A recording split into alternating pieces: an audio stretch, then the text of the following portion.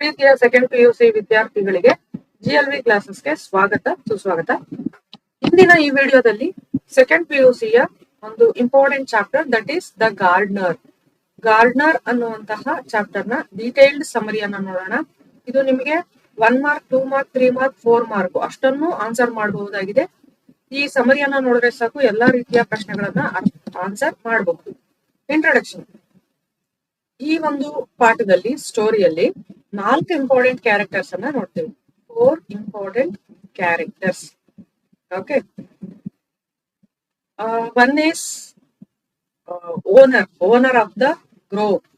ಅಂದ್ರೆ coconut grow ಇರುತ್ತಲ್ಲ, ತೆಂಗಿನ ತೋಟದ ಓನರ್ನ ಹೆಂಡತಿ, ಗಂಡ ಹೆಂಡತಿ. ಅದಾದ ನಂತರ ಇಲ್ಲಿ ಒಬ್ಬ ಕೆಲ್ಸದವನ್ ಬರ್ತಾನೆ, ಆ ತೋಟ ನೋಡ್ಕೊಳಕ್ ಒಬ್ಬ ಕೆಲ್ಸದವನ್ ಬರ್ತಾನೆ. ಈತ ಹೇಳೋದು ಇನ್ನೊಂದು ಸ್ಟೋರಿ ಹೇಳ್ತಾನೆ. ಈತ ಸ್ಟೋರಿ ಒಳಗೆ ಇನ್ನೊಂದು ಸ್ಟೋರಿ ನೋಡ್ಬೋದು. ಈತ ಕೆಲ್ಸದವನು ಇನ್ನೊಂದು ಸ್ಟೋರಿ ಹೇಳ್ತಾನೆ. ಆ ಸ್ಟೋರಿಯಲ್ಲಿ ಇಬ್ರು ಬರ್ತಾರೆ, ಒಂದು ತಮ್ಮಣ್ಣ, ಇನ್ನೊಂದು ಬಸವಯ್ಯ. ಓಕೆ. ಮೈನ್ ಪ್ಲಾಟ್ ಅಂತ ಕರಿತೀವಿ. ಈ 3 ಜನ ಬರೋದು ಮೈನ್ ಪ್ಲಾಟ್ ಅಲ್ಲಿ, ಇವರಿಬ್ರು ಬರೋದು ಸಬ್ ಪ್ಲಾಟ್ ಅಲ್ಲಿ, ಇನ್ನೊಂದು ಕಥೆಯಲ್ಲಿ ಬರ್ತಾರೆ, ತಮ್ಮಣ್ಣ ಮತ್ತೆ ಬಸವಯ್ಯ. ಬನ್ನಿ ನೋಡೋಣ. This was a short story. ಇದೊಂದು ಸಣ್ಣ ಕತೆ. The author tells us human weakness, greed, human suffering, human nature. ಈ ಲೇಖಕರು ನಮ್ಗೆ ಹೇಳ್ತಾರೆ ಮನುಷ್ಯ ಎಷ್ಟು ಸಣ್ಣತನ ತೋರಿಸ್ತಾನೆ, ಗ್ರೀಡ್ ಅತಿ ಆಸೆ, ಅಂಡ್ ಸಫರಿಂಗ್ ನೋವು, ನೇಚರ್ ಮನುಷ್ಯನ ವ್ಯಕ್ತಿತ್ವ, ಆತನ ನೇಚರ್ ಹೇಗಿದೆ, ಅಂಡ್ ಕಾಂಪ್ಲೆಕ್ಸಿಟಿ ಹೇಗೆ ಜೀವನವನ್ನ ಕಾಂಪ್ಲೆಕ್ಸ್ ಮಾಡ್ಕೊತಾನೆ. ಸಿಂಪಲ್ ಆಗಿರೋದನ್ನ ತುಂಬಾ ರಿಜಿಡ್ ಮಾಡ್ಕೊಳ್ಳೋದು, ತುಂಬಾ ಕಾಂಪ್ಲೆಕ್ಸ್ ಮಾಡ್ಕೊಳ್ಳೋದು. ಅಂಡ್ ಕನ್ಫ್ಯೂಷನ್, ಮತ್ತೆ ಹೇಗೆ ಕನ್ಫ್ಯೂಷನ್ ಅಲ್ಲಿ ಬದುಕ್ತಾನೆ ಅನ್ನೋದನ್ನ ಈ ಪಾಠದಲ್ಲಿ ನೋಡ್ತೀವಿ. The story explains the strained relations of rivals and human nature. ಈ ಸ್ಟೋರಿ ನಮ್ಗೆ ಏನ್ ಹೇಳುತ್ತೆ ಅಂದ್ರೆ ಸಂಬಂಧಗಳು ಎಷ್ಟು ಕಷ್ಟಪಟ್ಟು ಸಂಬಂಧಗಳನ್ನ ಉಳಿಸ್ಕೋಬೇಕು. ಸ್ಟ್ರೈನ್ಡ್ ಆಗಿರುತ್ತೆ, ಅಷ್ಟು ಈಸಿ ಆಗಿರೋದಿಲ್ಲ. ಸ್ಟ್ರೈನ್ ರಿಲೇಷನ್ಸ್ ಆಫ್ ರೈವಲ್ಸ್ ಅಂದ್ರೆ ಪ್ರತೀಕಾರ ಅಥವಾ ದ್ವೇಷ. ಆ ದ್ವೇಷದ ಸಂಬಂಧಗಳು ಎಷ್ಟು ಕಷ್ಟಕರವಾಗಿರುತ್ತೆ. ಹ್ಯೂಮನ್ ನೇಚರ್, ಅಂತಹ ರೈವಲ್ರಿಯಲ್ಲಿ ಮನುಷ್ಯ ಹೇಗೆ, ಆತನ ವ್ಯಕ್ತಿತ್ವ ಹೇಗಿರುತ್ತೆ, ವಿತ್ ಸ್ಟ್ರೆಂತ್ ಅಂಡ್ ವೀಕ್ನೆಸ್. ಆ ವ್ಯಕ್ತಿತ್ವದೊಂದಿಗೆ ಆ ಮನುಷ್ಯನ ಸ್ಟ್ರೆಂತ್ ಏನು, ಆತನ ವೀಕ್ ಪಾಯಿಂಟ್ಸ್ ಏನು, ವೀಕ್ನೆಸ್ ಏನು, ಸ್ಟ್ರೆಂತ್ ಏನು ಅನ್ನೋದು ಆ ರೈವಲ್ರಿಯಲ್ಲಿ ಗೊತ್ತಾಗುತ್ತೆ ಅನ್ನುವಂತಹ ವಿಚಾರವನ್ನ ಈ ಒಂದು ಶಾರ್ಟ್ ಸ್ಟೋರಿಯಲ್ಲಿ ನೋಡ್ತೇವೆ. The old man becomes a gardener in the narrator's plantation. So ಇಲ್ಲೊಬ್ಬ ಓಲ್ಡ್ ಮ್ಯಾನ್ ಇರ್ತಾನೆ. ಆತ ತೋಟವನ್ನ, ಪ್ಲಾಂಟೇಶನ್ ಅಂದ್ರೆ ತೋಟವನ್ನ ನೋಡ್ಕೊಳ್ಳುವ ಗಾರ್ಡನರ್ ಆಗಿರ್ತಾನೆ. His arrival brought changes in lifestyle of the owner. So ಓನರ್ನ ಜೀವನದಲ್ಲಿ ಈತನ ಬರುವಿಗೆ, ಈತ ಬಂದಿದ್ದು ಅವ್ನ ಲೈಫ್ ಸ್ಟೈಲೇ ಚೇಂಜ್ ಆಗ್ಬಿಡುತ್ತೆ. His wife was confused to decide whether the old man's arrival was for the better or for the worse. ಆ ಓನರ್ನ ಹೆಂಡತಿಗೆ ಕನ್ಫ್ಯೂಷನ್ ಆಗುತ್ತೆ. ಈಗ ಬಂದಿರುವಂತಹ ಓಲ್ಡ್ ಮ್ಯಾನು, ಆತನ ಬರುವಿಗೆ, ಆತ ಬಂದಿರೋದು ಬೆಟರ್ಗೋಸ್ಕರನೋ, ಉದ್ಧಾರಕ್ಕೋಸ್ಕರನೋ, ಅಥವಾ ವರ್ಸ್ ಇನ್ನು ಹಾಳಾಗೋದಕ್ಕೋಸ್ಕರನೋ. ಆತ ನಮ್ ಜೀವನದಲ್ಲಿ ಬಂದಿದ್ರಿಂದ ನಾವು ಬೆಳೀತಾ ಇದೀವ, ಒಳ್ಳೇದಾಯ್ತಾ ಅಥವಾ ಇನ್ನು ಕೆಡದಾಗ್ತಿದ್ಯಾ ಅಂತ ಡಿಸೈಡ್ ಮಾಡೋಕ್ ಕಷ್ಟ ಆಗ್ಬಿಡುತ್ತೆ ಹೆಂಡತಿಗೆ. Her husband's wealth and social prestige had risen higher. ಅವಳ ಗಂಡನ ಸಂಪತ್ತು ಮತ್ತೆ ಸಾಮಾಜಿಕ ಗೌರವ ಹೆಚ್ಚಾಗ್ತಾ ಹೋಗುತ್ತೆ. The old man knew about her flight. ಆ ಓಲ್ಡ್ ಮ್ಯಾನ್ಗೆ ಅವಳ ಅಂದ್ರೆ ಓನರ್ನ ಹೆಂಡತಿಯ ಫ್ಲೈಟ್, ಹಣೆ ಬರಹ ಅಥವಾ ಮುಂದೆ ಏನಾಗುತ್ತೆ ಅನ್ನುವಂಥದ್ದು ಆತನು ಗೊತ್ತಾಗುತ್ತೆ. ಅದ್ರ ಬಗ್ಗೆ ಅವನು ಮಾತಾಡ್ತಾನೆ ಕೂಡ. The narrator addresses the readers directly in the first person, asking for an apology for being brief. So ಇದರಲ್ಲಿ ನರೇಟರ್ ಯಾರು? ಈ ಪಾಠವನ್ನ ಬರೆದಿರೋರು ಲಂಕೇಶ್. ಅವರು ನಮ್ಗೆ ಓದುಗರಿಗೆ ಹೇಳ್ತಾರೆ ತುಂಬಾ ಬ್ರೀಫ್ ಆಗಿದೆ. ಈ ಒಂದು ಕಥೆಯನ್ನ ಜಸ್ಟ್ 1 or 2 ಸೀನ್ಸ್ ಅಲ್ಲಿ ಮುಗ್ದೋಗುತ್ತೆ. 1 ಸೀನ್ ಅಲ್ಲಿ ಆಕ್ಚುಲಿ ಬ್ಯಾಕ್ ಗ್ರೌಂಡ್ ಸ್ಟೋರಿ ಬರುತ್ತೆ, ಬಟ್ ಒಂದೇ ಸೀನ್ ಅಲ್ಲಿ ಕಥೆ ಪೂರ್ತಿಯನ್ನ ಹೇಳಾಕ್ತಾರೆ. ಸೀನ್ ಒಂದೇನೆ. ಅಜ್ಜ ಅಲ್ಲಿ ಕುತ್ಕೊಂಡಿರ್ತಾನೆ ಬಾವಿಕಟ್ಟೆ ಮೇಲೆ, ಆತ ಓನರ್ನ ಹೆಂಡತಿ ಇಲ್ಲಿ ಇರ್ತಾಳೆ. ಸೊ ಈ ಅಜ್ಜ ಇದನ್ನು ಒಂದು ಕತೆ ಹೇಳ್ತಾನೆ, ಈತನ ಜೀವನದ ಒಂದು ಕಥೆಯನ್ನ ಹೇಳ್ತಾನೆ. ಅದು ಕಟ್ಟು ಕಥೆನೋ ಸ್ವಂತ ಕಥೆನೋ ಗೊತ್ತಿಲ್ಲ ನಮ್ಗೆ, ಅಷ್ಟೇ ಸೀನು. ಓಕೆ. ಸೊ ಹಾಗಾಗಿ ನರೇಟರ್ ಬ್ರೀಫ್ ಆಗಿರೋದಕ್ಕೆ ಸಾರಿ ಅಂತ ಹೇಳ್ತಾರೆ. He says that the story was visualized in a flash and hence he elaborates it. The story will lose its spirit. There are only 4 characters besides the narrator. Narrator ನ ಬಿಟ್ರೆ ಅಲ್ಲಿ 4 character ಬರುತ್ತೆ ಅಂತ ಹೇಳ್ತಾನೆ. ತಮ್ಮಣ್ಣ, ಬಸವಯ್ಯ, ಆತನ ಇನ್ನೊಂದು ಹೆಸರು Sambhoji, and the owner of the coconut grove and his wife. ಯಾರ್ಯಾರು? ತಮ್ಮಣ್ಣ, ಬಸವಯ್ಯ, ಬಸವಯ್ಯನ ಹೆಸರು Sambhoji, owner of the coconut house. His wife. ನಾನು ಆಲ್ರೆಡಿ ಹೇಳ್ದೆ, ಈ ಕಥೆಯನ್ನ ಹೇಳೋದು ಯಾರು? ಆ ಕೆಲಸಗಾರ ಅಜ್ಜ. ಹಾಗಾಗಿ ಆತನೇ ನರೇಟರ್, ಕಥೆಯನ್ನ ಹೇಳೋದು ಆತನೇ. ಆಥರು ಪಿ ಲಂಕೇಶ್, ನರೇಟರ್ ಯಾರು? ಆ ಕೆಲಸಗಾರ, ಗಾರ್ಡನರ್, ತೋಟವನ್ನ ನೋಡ್ಕೊಳ್ಳೋದು. The narration is divided into 2 sections. ಈ ಕಥೆಯನ್ನ 2 ಸೆಕ್ಷನ್ ಗಳಾಗಿ ಡಿವೈಡ್ ಮಾಡಲಾಗುತ್ತೆ. The first story is narrated by the author. ಮೊದಲನೆಯ ಸ್ಟೋರಿ ಡೈರೆಕ್ಟ್ ಆಗಿ ಹೇಳುವಂತದ್ದು ಆಥರ್ ಹೇಳ್ತಾರೆ. ಪಿ ಲಂಕೇಶ್ ಕಥೆಯನ್ನ ಹೇಳ್ತಾ ಹೋಗ್ತಾರೆ ಇನ್ ದ ಫಸ್ಟ್ ಪರ್ಸನ್. ಅದು ಫಸ್ಟ್ ಪರ್ಸನ್, ಐ ಅಂತಾನೆ ಶುರುವಾಗುತ್ತೆ. First person I. And the second story is narrated by Thammanna, who is also the protagonist.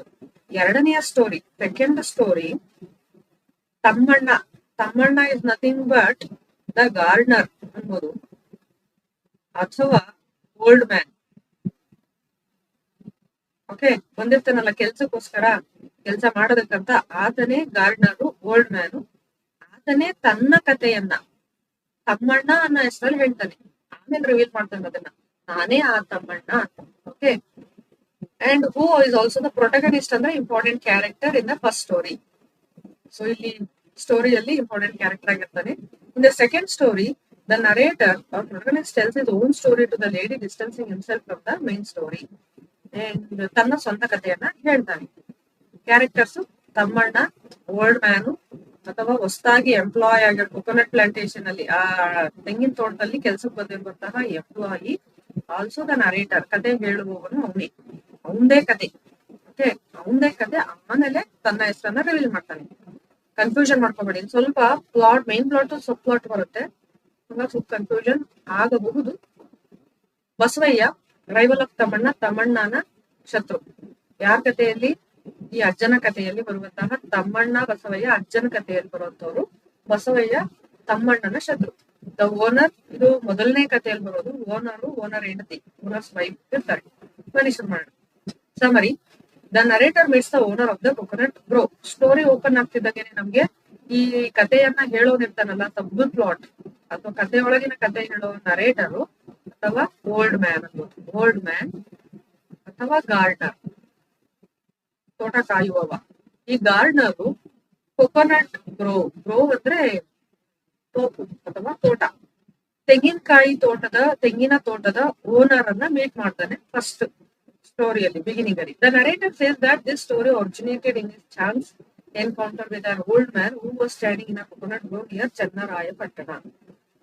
ಅವ್ನು ಹೇಳ್ತಾನೆ, ಇದು ಒಂದು ಸ್ಟೋರಿ ಬೈ ಚಾನ್ಸ್ ಆಗಿ encounter with an old man who was standing near Channarayapatna. ಚನ್ನರಾಯಪಟ್ಟಣದ ಹತ್ರ ಒಂದು ತೋಟದ ಮುಂದೆ ಒಬ್ಬ ಓಲ್ಡ್ ಮ್ಯಾನ್ ನಿಂತಿರ್ತಾನೆ. ಆತನನ್ನ ಬೈ ಚಾನ್ಸ್ ಆಗಿ ಭೇಟಿಯಾದವಾಗ ಈ ಒಂದು ಕತೆ ಹುಟ್ಕೊಳ್ಳುತ್ತೆ ಅಂತ ನರೇಟರು ಅಥವಾ ಪಿ ಲಂಕೇಶ್ ಹೇಳುವಂಥದ್ದು. The old man was a labourer. ಆ ಮುದುಕ ಕೆಲಸಗಾರ, ಲೇಬರರ್ ಆಗಿರ್ತಾನೆ. ಓವರ್ಸಿಯರ್, ಮುಂದೆ ನಡೆಯೋದನ್ನ ಪ್ರಿಡಿಕ್ಟ್ ಮಾಡೋನು, ಅಂದ್ರೆ ಸ್ವಲ್ಪ ಭವಿಷ್ಯ ಹೀಗೆ ಆಗುತ್ತೆ ಅಂತ ಹೇಳೋನಾಗಿರ್ತಾನೆ. ಅಂಡ್ ಫಿಲಾಸಫರ್, ತತ್ವಗಳನ್ನು ಕೂಡ ಹೇಳುವಂತವನು, ಸಿದ್ಧಾಂತಿ, ವೇದಾಂತಿ ಅಂತ ಹೇಳ್ಬೋದು. All rolled into one. The owner's wife found the owner's behaviour strange and fooling. ಸರಿ, ಆತ ಈ ಬರ್ತಾನಲ್ಲ, ಇವ ಯಾರು ಗಾರ್ಡನರು ಬಂದು ಕೊಕೊನಟ್ ಗ್ರೋವ್ನ ಓನರ್ ಅನ್ನ ಮೀಟ್ ಮಾಡ್ತಾನೆ. ಮೀಟ್ ಮಾಡಿ ಆದ್ಮೇಲೆ ತುಂಬಾ ಚೆನ್ನಾಗಿ ನಡೀತಿರುತ್ತೆ. ಓನರ್ನ ಹೆಂಡತಿಗೆ ಇದನ್ನ ಸ್ಟ್ರೇಂಜ್ ಅಂಡ್ ಫುಲಿಂಗ್, ಇದನ್ನ ಬಿಹೇವಿಯರ್, ಯಾರು ಗಾರ್ಡನರ್ನ behaviour, found the owner's behaviour strange. Owner ಯಾರು? ತನ್ನ ಗಂಡನ ಬಿಹೇವಿಯರ್ ಸ್ಟ್ರೇಂಜ್ ಆಗ್ತಾ ಹೋಗುತ್ತೆ. ಮತ್ತೆ ಪಸ್ಲಿಂಗ್, ಅರ್ಥ ಆಗ್ತಿರಲ್ಲ, ಯಾಕೆ ನಮ್ಮ ಹೆಣ್ಮಕ್ಳು ಹಿಂಗ್ ಆಗ್ತಿದ್ದಾರೆ ಅಂತ. She found it hard to decide whether the old man arrival was for the better or for the worse. ಅವಳಿಗೆ ಅನ್ಕೊಂತಾಳೆ, ಈ ಅಜ್ಜ ಬಂದಿರೋದು ನಮ್ ಒಳ್ಳೇದಕ್ಕೋ ಕೆಟ್ಟದಕ್ಕೋ ಅಂತ. Her husband's wealth and social prestige had risen higher. ಅವಳ ಗಂಡನ ಸಂಪತ್ತು ಮತ್ತು ಸಾಮಾಜಿಕ ಗೌರವ ರೈಸನ್ ಹೆಚ್ಚಾಗ್ತಾ ಹೋಗುತ್ತೆ. And he had acquired a great number of friends. ಮತ್ತೆ ಆತನಿಗೆ ತುಂಬಾ ಜನ ಫ್ರೆಂಡ್ಸ್ ಕೂಡ ಸಿಗ್ತಾರೆ ಇನ್ ಇಸ್ ಓನ್ ವಿಲೇಜ್, ಸ್ವಂತ ಊರಿನಲ್ಲಿ. And in the next town as well, ಪಕ್ಕದ ಟೌನ್ ನಲ್ಲೂ ಕೂಡ ಫ್ರೆಂಡ್ಸ್ ಗಳು, ಅಂದ್ರೆ ಜನಸಂಪರ್ಕ ಜಾಸ್ತಿ ಆಗ್ತಾ ಹೋಗುತ್ತೆ. Even though he did not do any useful work, his life became crowded with colorful events. ಆತ ಯಾರು? Owner of the coconut grow, ತೆಂಗಿನ ತೋಟದ ಓನರ್ ಏನಿರ್ತಾನಲ್ಲ, ಅವನೇನ್ ಅಂತ ಒಳ್ಳೆ ಕೆಲಸ ಏನ್ ಮಾಡ್ಲಿಲ್ಲ ಅಂದ್ರೂ ಕೂಡ ಅವನ ಜೀವನ ಚೇಂಜ್ ಆಗ್ತಾ ಹೋಗುತ್ತೆ. ಫುಲ್ ಕ್ರೌಡೆಡ್, ಜನ ಯಾವಾಗಲೂ ತುಂಬಿರ್ತಾರೆ. ಏನ್ ಕಲರ್ಫುಲ್ ಈವೆಂಟ್ಸ್, ಅವನ ಜೀವನದಲ್ಲಿ ಒಳ್ಳೊಳ್ಳೆ ಒಳ್ಳೊಳ್ಳೆ ಈವೆಂಟ್ಸ್ ನಡೀತಾ ಇರ್ತದೆ, ಚೆನ್ನಾಗಿ ನಡೀತಾ ಇರುತ್ತೆ ಜೀವನ. On account of his newly acquired clout, he cultivated umpteen other vices, including adultery. Though their farm was initially merely 10 acres, it had grown beyond their imagination. So ಅವನೇನ್ ಮಾಡ್ತಾನೆ, ಹೊಸದು ಒಂದು ಲ್ಯಾಂಡ್ ಅನ್ನ ತಗೊಂತಾನೆ. ಸೊ ಅದರಲ್ಲಿ ಕಲ್ಟಿವೇಟ್ ಅಂದ್ರೆ ಗಿಡ ನೆಡೋದು. ಅಂಚೀನ್ other ವೈಸಸ್ including adultery. So ಅಲ್ಲಿ ಬೇರೆ ಬೇರೆ ಗಿಡಗಳನ್ನ ಅಲ್ಲಿ ನೆಡ್ತಾನೆ. ಸಣ್ಣ ಗಿಡಗಳು, ದೊಡ್ಡ ಗಿಡಗಳು, ಆ ತರದನ್ನೆಲ್ಲ, ತೆಂಗಿನ ಗಿಡ ನೆಡ್ತಾನೆ. ಅವರ ಫಾರ್ಮ್ ಸ್ಟಾರ್ಟಿಂಗ್ ಅಲ್ಲಿ 10 acres ಇದ್ರೆ ತೋಟ, it had grown beyond their imagination. ಅವ್ರು ಇಮ್ಯಾಜಿನ್ ಮಾಡ್ಕೊಳಕ್ ಆಗಲ್ಲ, ಊಹಿಸ್ಕೊಳಕ್ಕೂ ಆಗದ ರೀತಿಯಲ್ಲಿ ಹೆಚ್ಚಾಗ್ತಾ ಹೋಗುತ್ತೆ, ಜಾಸ್ತಿ ಆಗುತ್ತೆ. ಅವ್ರ ಜಮೀನು ಹೆಚ್ಚು ಹೆಚ್ಚು ಹೆಚ್ಚು ಕೊಂಡ್ಕೊಂತ ಹೋಗ್ತಾರೆ. Therefore, ಆದ್ರಿಂದ the owner's wife realised that, ಓನರ್ನ ಹೆಂಡತಿಗೆ ರಿಯಲೈಸ್ ಆಯ್ತು, ಅರ್ಥ ಆಯ್ತು ಏನಂದ್ರೆ, financially they had been doing well, ಆರ್ಥಿಕವಾಗಿ ಅವರು ತುಂಬಾ ಚೆನ್ನಾಗಿ ಇದ್ದಾರೆ. ಬಟ್ ಆದ್ರೆ her only source of worry was, ಅವಳ ಚಿಂತೆಯ ಒಂದೇ ಒಂದು ಕಾರಣ ಅಂತಂದ್ರೆ, ಅಲಾಂಗ್ ವಿತ್ ಫಿನಾನ್ಷಿಯಲ್ ಇಂಪ್ರೂವ್ಮೆಂಟ್, ಆರ್ಥಿಕ ಬೆಳವಣಿಗೆಯೊಂದಿಗೆ their life was also gradually getting out of hand, ಅವರ ಜೀವನೂ ಕೂಡ ಅವರ ಜೀವನನೂ ಕೂಡ ಕೈ ತಪ್ಪಿ ಹೋಗ್ತಾ ಇತ್ತು ಅಂತ ಅನ್ಸ್ತದೆ ಹೆಂಡತಿಗೆ. ದಸ್ ಹೀಗೆ one day when she was in a fix like this, ಒಂದಿನ ಅವ್ರು ಇದೇ ವಿಷಯವನ್ನ ಯೋಚನೆ ಮಾಡ್ತಾ ಇರ್ಬೇಕಾದ್ರೆ, the old man met her. The old man, ಯಾರದು ಓಲ್ಡ್ ಮ್ಯಾನ್ ಇಲ್ಲಿ? ಯಾರು? ಅರ್ಥ ಆಯ್ತಲ್ವಾ? ಕಮೆಂಟ್ ಮಾಡ್ತೀರಾ ಯಾರು ಅಂತ?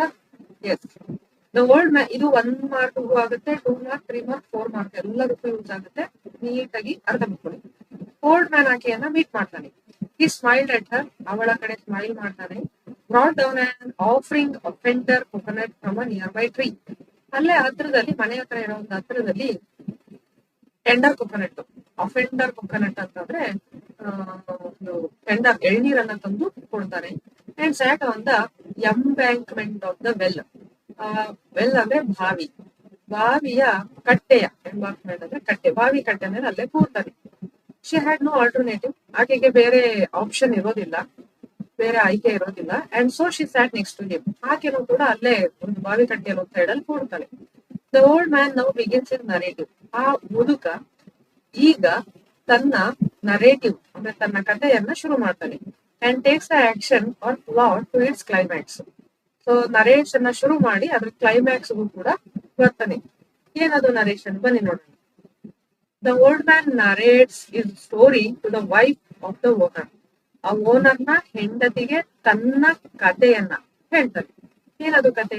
The old man says that, ಆ ಅಜ್ಜ ಹೇಳ್ತಾನೆ, in a far off place, ಇಲ್ಲೇ ಒಂದು ದೂರದ ಊರಲ್ಲಿ, once there lived a man. ಒಮ್ಮೆ ಇಲ್ಲೇ ಒಂದು ದೂರದ ಊರಿನಲ್ಲಿ ಒಬ್ಬ ಮನುಷ್ಯ ಇದ್ದ, ಕಾಡು ತಮ್ಮಣ್ಣ. ಆತನ ಹೆಸರು ತಮ್ಮಣ್ಣ ಅಂತ. ಈ ಹ್ಯಾಡ್ ಎವ್ರಿಥಿಂಗ್, ಅವ್ನಿಗೆ ಎಲ್ಲವೂ ಇತ್ತು.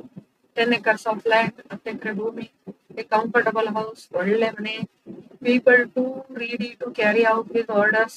ರೆಡಿ, ಜನಗಳು ready to carry out his orders or instructions. ತಾನು ಹೇಳಿದ ಕೆಲಸ ಮಾಡೋದಕ್ಕೆ, ಕ್ವಿಕ್ ಅಂತ ಮಾಡೋದಕ್ಕೆ ಜನಗಳು ರೆಡಿ ಇದ್ರು. ಏನ್ ಕೆಲಸ ಹೇಳಿದ್ರು ಕೂಡ ಜನಗಳು ತಲೆ ಮೇಲೆ ಹೊತ್ಕೊಂಡು ಮಾಡ್ತಿದ್ರು. ಅಂತಹ ಒಳ್ಳೆ ಸ್ಟೇಟಸ್ ಅಲ್ಲಿ ಇದ್ದ ಯಾರು? ತಮ್ಮಣ್ಣ. ಬಿಸೈಡ್ಸ್, ಜೊತೆಗೆ ದೀಸ್ ಪೊಸೆಷನ್ ಅಂದ್ರೆ ಆತನ ವಶದಲ್ಲಿರುವಂತಹದ್ದು. ಈ ಪೊಸೆಷನ್ ಜೊತೆಗೆ, ಇಷ್ಟು ಸಂಪತ್ತಿನ ಒಡೆತನದ ಜೊತೆಗೆ, ಈ ಆಲ್ಸೋ ಹ್ಯಾಡ್ ಅ ರೈವಲ್, ಆತನಿಗೆ ಒಂದು ಏನಂತೀವಿ, ಶತ್ರು ಕೂಡ ಇದ್ದ. ಹಿಸ್ ನೇಮ್ ವಾಸ್ ಸಂಗೋಜಿ, ಆತನ ಹೆಸರು ಸಂಗೋಜಿ ಅಂತ. ಹವೆವರ್, ಅದೇನೇ ಇರ್ಲಿ, ಸೂನ್ ಆಫ್ಟರ್ ಅಟರಿಂಗ್ ದ ನೇಮ್ ಸಂಗೋಜಿ ಅಂತ ಪದವನ್ನ ಹೇಳಿದ ತಕ್ಷಣ ಈ ಮುದುಕ ಸ್ಟಾರ್ಟೆಡ್ ಫಂಬ್ಲಿಂಗ್, ಅಂದ್ರೆ ಸ್ವಲ್ಪ ನಡ್ಕ ಮಾಡೋದಕ್ ಶುರು ಮಾಡ್ತಾನೆ. ಕ್ಲಾರಿಟಿ ಬರೋದಿಲ್ಲ, ಏನೇನೋ ಹಾಗೆ ಫಂಬಲ್ ಮಾಡೋದು ಅಂತ. ಏನಂತಾರೆ ಫಂಬಲ್ ಅಂತಂದ್ರೆ? ತೊದ್ಲೋದಕ್ಕೆ ಶುರು ಮಾಡ್ತಾರೆ. For words as if he had committed a mistake, ತಾನೇನೋ ತಪ್ಪು ಮಾಡ್ಬಿಟ್ನೇನೋ ಅಂತ ತೊದ್ಲೋದಕ್ಕೆ ಶುರು ಮಾಡ್ತಾರೆ. The coconut grove owner's wife, ಆ ಓನರ್ನ ಹೆಂಡತಿ, was listening, felt that it was none of her concern. ಆ ಹೆಂಡತಿಗೆ ಅನ್ಸುತ್ತೆ ಇದು ತನಗ್ ಬೇಡದೆ ಇರೋ ವಿಷಯ. And felt like going away immediately, ಅಲ್ಲಿಂದಾನೆ ಇಮಿಡಿಯೇಟ್ ಆಗಿ ಹೊರಟ್ಬಿಡ್ಬೇಕು ಅಂತ ಅನ್ಸುತ್ತೆ ಅವಳಿಗೆ. ಬಟ್ ಆದ್ರೆ not wishing to hurt the old man. Old ಮ್ಯಾನ್ಗೆ hurt ಮಾಡಬಾರ್ದು ಅನ್ನುವಂತಹ ಕಾರಣಕ್ಕೋಸ್ಕರ she continue to sit there quietly. ಅಲ್ಲಿ ಕ್ವೈಟ್ ಆಗಿ, ಎರಡು ಕ್ವೈಟ್ ಇದೆ, QUITE, ಕ್ವೈಟ್ ಇದೇ ಬೇರೆ ಇದೇ ಬೇರೆ. ಕ್ವೈಟ್ಲಿ ಅಂದ್ರೆ ನಿಶಬ್ದವಾಗಿ, ಕ್ವೈಟ್ ಅಂದ್ರೆ ಕ್ವೈಟ್ ಗುಡ್ ಅಂತೀವಲ್ಲ ಆ ಪದ. ಸೊ ನಿಶಬ್ದವಾಗಿ ಕೂತ್ಕೊಂಡು ಕಥೆಯನ್ನ ಕೇಳ್ತಾಳೆ. The old man continued story. Old man ಕಥೆಯನ್ನ ಮುಂದುವರಿಸ್ದ. ಈ ಕರೆಕ್ಟೆಡ್ ಹಿಮ್ಸೆಲ್ಫ್ ಒನ್ಸ್, ಸರಿ ಮಾಡ್ಕೊಂಡ, ಅವ್ನು ತಪ್ಪ ಹೆಸರು ಹೇಳಿರ್ತಾನಲ್ಲ ಅದು. Saying his name was not Sangoji but Basavayya. ಅವನ ಹೆಸರು ಸಂಗೋಜಿ ಅಲ್ಲ ಬಸವಯ್ಯ ಅಂತ ಅಂತಾನೆ. ಬಸವಯ್ಯ ಯಾರು? Who is Basavayya? Rival of Thammanna. Both Thammanna and Basavayya are rivals. ಇಬ್ರು ಕೂಡ ರೈವಲ್ಸ್ ಆಗಿರ್ತಾರೆ. If Thammanna bought 4 more acres adjacent to his land. adjacent ಅಂದ್ರೆ ಅಲ್ಲೇ ಪಕ್ಕದಲ್ಲೇ, ಹೊಂದಿಕೊಂಡ ಅಂತ. ತನ್ನ ಭೂಮಿಗೆ ಹೊಂದಿಕೊಂಡ ಜಮೀನನ್ನ, ಒಂದ್ 4 ಎಕರೆ ಜಮೀನನ್ನ ತಮ್ಮಣ್ಣ ತಗೊಂಡ್ರೆ Basavayya would also do the same. Basavayya ಕೂಡ ಹಾಗೆ ಮಾಡ್ತಿದ್ದ. If one of them had 10 friends, ಅವ್ರಲ್ಲಿ ಒಬ್ಬನಿಗೆ 10 ಜನ ಫ್ರೆಂಡ್ಸ್ ಹೊಸಬ್ರು ಸಿಕ್ಕಿದ್ರೆ ಅದರ್ ವುಡ್ ಅಕ್ವೈರ್ 15 ಅಡ್ಮೈರರ್ಸ್. ಇನ್ನ ಒಬ್ಬ ಏನ್ ಮಾಡ್ತಾ ಇದ್ದ, ಅವ್ನಿಗೆ 10 ಜನ ಫ್ರೆಂಡ್ಸ್ ಜಾಸ್ತಿ ಆಗ್ಬಿಟ್ರಲ್ಲ, ಜನ ಜಾಸ್ತಿ ಆದ್ರಲ್ಲ ಅಂತ ಏನ್ ಮಾಡ್ತಿದ್ದ, ಅವನಿಗಿಂತ ಇನ್ನೊಂದು 5 ಜಾಸ್ತಿ 15 ಅಡ್ಮೈರ್ಸರ್ಸ್ ಅಂದ್ರೆ ಹೊಗಳರು ಭಟ್ಟರು. ಫ್ರೆಂಡ್ಸ್ ಅವ್ನ ಸುತ್ತ ಅದನ್ನ ಬಗ್ಗೆ ಮಾತಾಡೋದು, ಹೊಗಳೋರ್ನ ಫ್ರೆಂಡ್ಸ್ ಮಾಡ್ಕೊತಿದ್ದ. ದೋ initially all this looked like healthy competition. ಪ್ರಾರಂಭದಲ್ಲಿ ಇದು ಹೆಲ್ದಿ ಕಾಂಪಿಟೇಷನ್, ಆರೋಗ್ಯಕರ ಸ್ಪರ್ಧೆ ಅಂತ ಅನ್ಸಿದ್ರು ಕೂಡ, ದೋ ಅಂದ್ರೆ ಕೂಡ ಅಂತ ಅನ್ಸಿದ್ರು ಕೂಡ, ಇಟ್ಟುಕ್ಕ ನ್ಯಾಸ್ಟಿ ಟರ್ನ್ ಲೇಟರ್. ನ್ಯಾಸ್ಟಿ ಅಂದ್ರೆ ಕೆಟ್ಟ, ಒಂದು ಕೆಟ್ಟ ತಿರುವನ್ನ ಪಡ್ಕೊಳ್ಳುತ್ತೆ ನಂತರ. ಯಾವುದು? Thammanna Basavaiah relationship. The two most wealthy men, ಇಬ್ಬರು